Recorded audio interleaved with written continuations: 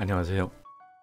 시골에서 뭐하지? 오늘은 마당에서 가장 끈질긴 잡초 하나를 좀 소개해 보려고 합니다. 정말 끈질겨도 이놈처럼 끈질긴 녀석은 아마 없을걸요. 왜냐하면 뽑고 또 뽑고 끊임없이 뽑아도 그야말로 사람을 이겨먹는 잡초가 바로 이 녀석입니다. 그렇다고 추운 겨울이라고 해서 죽느냐? 그렇지도 않습니다. 추운 겨울에도 색깔도 변하지 않고 그대로 살아남는 것이 바로 이 녀석인데요. 사람이 많이 다니는 그런 길가에도 지금 제가 화면에 많이 짓밟힌 그런 모습을 찍었는데요. 저렇게 밟아도 불사조처럼 살아나는 그런 잡초가 바로 이 녀석입니다. 그래서 시골에 사는 사람들은 뽑는 것을 포기하고 결국은 제초제와 같은 강한 독성을 지닌 그런 약을 쳐서 이 녀석을 제거하게 되는데요. 이게 바로 새포화풀이라고 하는 녀석입니다. 제가 지금 몇 개를 뽑아서 이렇게 한번 자세하게 보여드리는데요. 처음 소개하는 것은 아닙니다. 작년 겨울에 겨울을 나는 몇몇 잡초들을 소개할 때 제가 잠깐 보여드렸는데 정말 생명력 왕 중의 왕이라고 말할 수 있는 그런 녀석이 바로 이 새포화풀이라고 하는 잡초입니다. 그런데 사실은 오늘 이 녀석 이야기를 하려고 제가 이 영상을 만든 것은 아니고요. 이 새포화풀하고 사촌 정도 되는 다른 녀석을 제가 좀 소개하기 위해서 이 녀석 이야기를 먼저 시작을 했습니다. 왜냐하면 이 새포화풀을 알아야 이해가 되는 그런 식물이거든요. 바로 요 녀석인데요. 지금 여러분들 보시기에 뭐 그놈이 그놈 같고 비슷하다고 이렇게 말씀하실런지 모르지만 새포화풀은 그저 조그맣게 바닥에서 자라는 그런 녀석이라고 한다면 이 녀석은 좀 크게 자라는 녀석이죠. 그래서 크기 말고는 영락없이 새포화풀하고 꼭 닮은 녀석인데요. 요즘 시즌에 도로변을 운전하거나 걷거나 하다 보면 도로변을 아주 꽉 채운 이 녀석들이 있습니다. 어지간히 큰 도로, 즉 제초 작업이 안 된 도로라고 하면 어디나 이 녀석이 아주 바람에 날리는 그런 모습을 틀림없이 보게 될 겁니다. 정말 무성하죠. 그런데 제가 도로변에서 촬영을 하기에는 뭐 여러 가지로 좀 상황이 열악해서 산책길에서 요 녀석들을 한번 촬영을 해봤습니다. 도로변에는 뭐 도로 주변을 꽉 채우고 있지만 산책길에서는 여기저기 드문드문 군락지를 이루고 있더라고요. 그리고 아직 완전히 피어나기 전이라서 모양이 저런 모양이지만 피어나면 모양이 살짝 바뀌게 됩니다. 아마 뒤에 가서 피어난 모습들을 보시면 아, 저 녀석이 바로 왕포화풀이었어 라고 이렇게 이해하실 분도 아마 여럿 되시지 않을까요? 네, 조금 일찍 피어난 것들이 좀 있군요. 그래서 피어나면 대략 이런 모양이 되는데요. 바람에 흩날리는 모습 많이 보셨을 겁니다.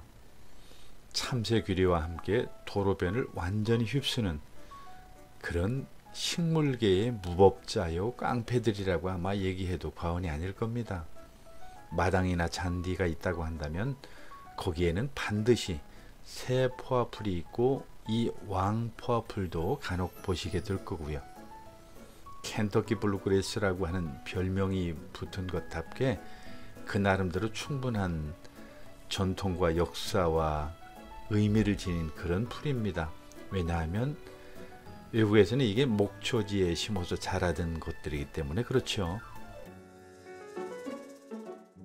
지금이야 우리 사정도 소에게 꼴 먹일 일도 없을 거고요. 토끼에다가 풀을 줄 일도 거의 없다 보니까 누가 이것을 베어내는 일도 없고 베어가는 일도 거의 없죠.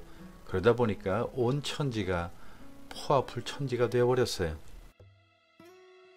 사실 포화풀도 그냥 한 종류가 아니고요. 상당히 다양한 종류들이 있는데 뭐 대략 알려진 것만 해도 10대까지나 되는 것 같아요. 그런데 아무래도 우리 주변에서 가장 많이 볼 수 있는 것은 작은 것은 새 포화풀이고요. 그리고 도로변에 크게 자라는 것은 거의 어른 무릎 크기까지 자라는 왕포화풀이 제일 많죠. 왕자가 들어간다라고 하는 것은 뭐 이미 그 의미를 충분히 짐작하게 하는 그런 식물인데요. 그만큼 대단한 힘을 가지고 있죠. 왜냐하면 다른 식물들 다 제끼고 겨울에 그 추위도 다 이기고 이렇게 왕성하고 무성하게 자라니까 말입니다.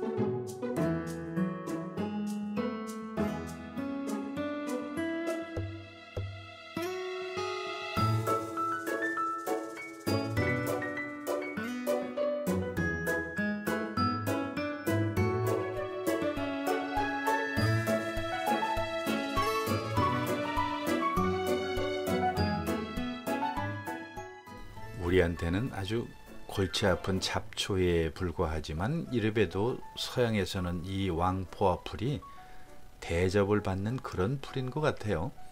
왜냐하면 정원이나 그 공원의 잔디밭을 이루는 대표적인 품종이라고 그렇게 알려진 것을 보면 뭐 우리하고는 조금 문화가 다르고 환경이 다르니까요. 그저 우리에게는 이름 없는 잡초에 불과하지만 제가 원산지로 가면 대접받는 그런 식물이 되는 거죠.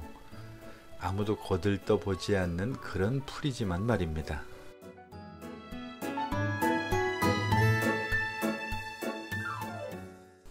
이번 기회에 왕포화풀 눈에 한번 담아 놓으셨다가요. 혹시라도 산책길이 있거나 도로변 운전을 하시다가 눈에 띄거든 한번 저게 왕포화풀이라고 하는 것에 대해서 알아두시면 좋을 것 같습니다. 뭐 나름 지금도 그렇게 잘 찍으면 이쁘기는 하지만 활짝 피었을 때 하늘을 배경으로 하거나 뒷배경을 아웃포커스로 해서 나름 그 꽃을 찍으면 이쁜 모습은 뭐 화려한 꽃들에 뒤지지 않는 그런 모습이라고 하는 것 아시고 한번 시도해 보시는 것도 좋으리라고 생각이 됩니다. 이렇게 피었을 때 군락지에 가면 나름 이쁘거든요.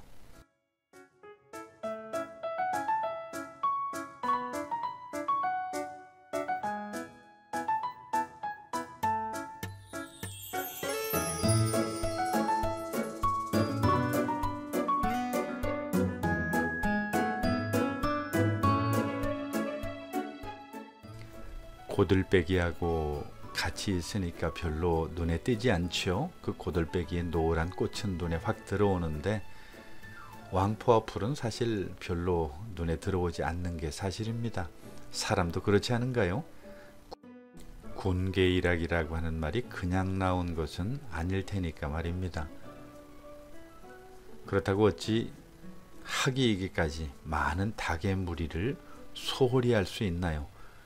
그 많은 닭들이 있기에 학도 뛰어난 것이고 눈에 띄는 것 아닌가요?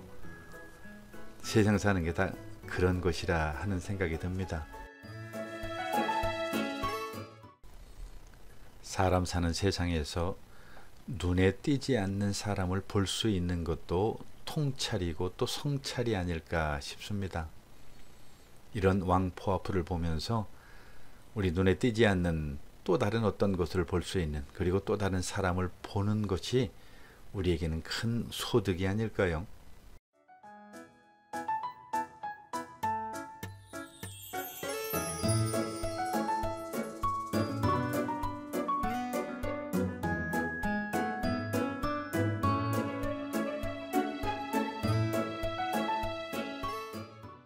이제 곧 왕포화풀이 피기 시작하면 더불어서 함께 피어나는 것들이 노란 금계국인데요.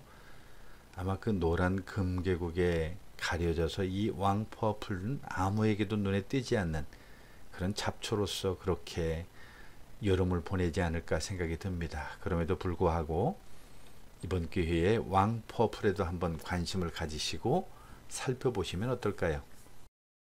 가만히 생각해 보면 우리 사람 사는 세상에서 평범한 사람들이 더 많고 평범한 것들이 더 많은 게 바로 우리 사는 세상 아니던가요?